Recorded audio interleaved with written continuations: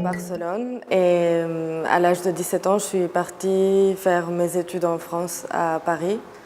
Donc j'ai fait l'école d'art de Cergy, qui est dans la banlieue parisienne. Et après, j'ai fait beaucoup d'allers-retours entre Barcelone et Paris, mais souvent je reviens à Paris. Voilà. Et depuis quelques années, je travaille de plus en plus avec la vidéo documentaire, mais je fais aussi du dessin et j'ai fait aussi d'autres choses. Mais principalement, je me concentre maintenant sur la vidéo documentaire et le dessin. C'est vrai que c'est une expérience très enrichissante parce que j'ai jamais vécu dans un contexte qui est si différent d'où je viens. Et j'ai rencontré des gens incroyables, vraiment. Je dirais aussi en dehors du milieu artistique. Et je trouve que les gens sont très curieux, vraiment aimables. C'était une très bonne expérience. D'arriver en Algérie, je pensais, comme j'ai déjà travaillé sur des sujets qui ont à voir avec la violence politique et comment on peut dire cette violence et à travers toute la question de la résilience et tout ça, je pensais un peu aux thématiques qui touchaient à ça en Algérie, autant par le traumatisme du colonialisme que par tout ce qui s'est passé depuis l'indépendance. Et notamment, j'étais très intéressée par le fait qu'on ne reconnaît pas la parole des victimes de la guerre civile en Algérie. Et du coup, je me disais que je pouvais travailler peut-être autour de ça. Et en essayant d'aller trouver des gens, j'ai rencontré beaucoup de jeunes filles.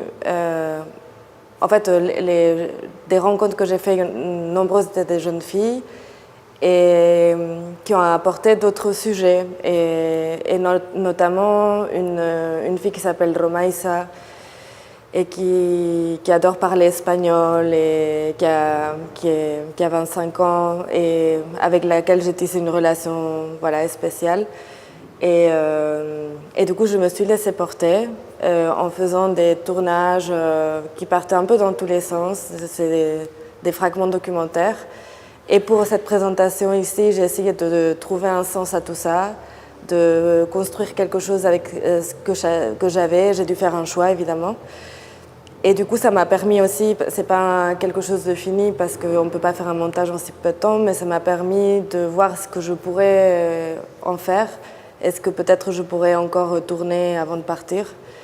Et du coup, pour l'instant, il y a des images, beaucoup de cette fille qui parle d'amour, comment elle pense l'amour ici, elle-même, et qui est assez drôle, mélangée un peu à d'autres histoires de jeunes filles qui parlent un peu de violence familiale, où une, elle touche un peu à la question de la violence de l'Algérie en tant que pays envers elle. Voilà. Super dans cette résidence, c'est d'avoir associé 3 personnes de villes différentes, dont notamment quelqu'un qui est aussi d'ici. C'est un croisement d'expériences qui est très fort. Et le fait qu'il y ait quelqu'un d'ici aussi, c'est très intelligent parce que ça crée notre rapport, en fait, que si on était tous les 3 dans le dehors.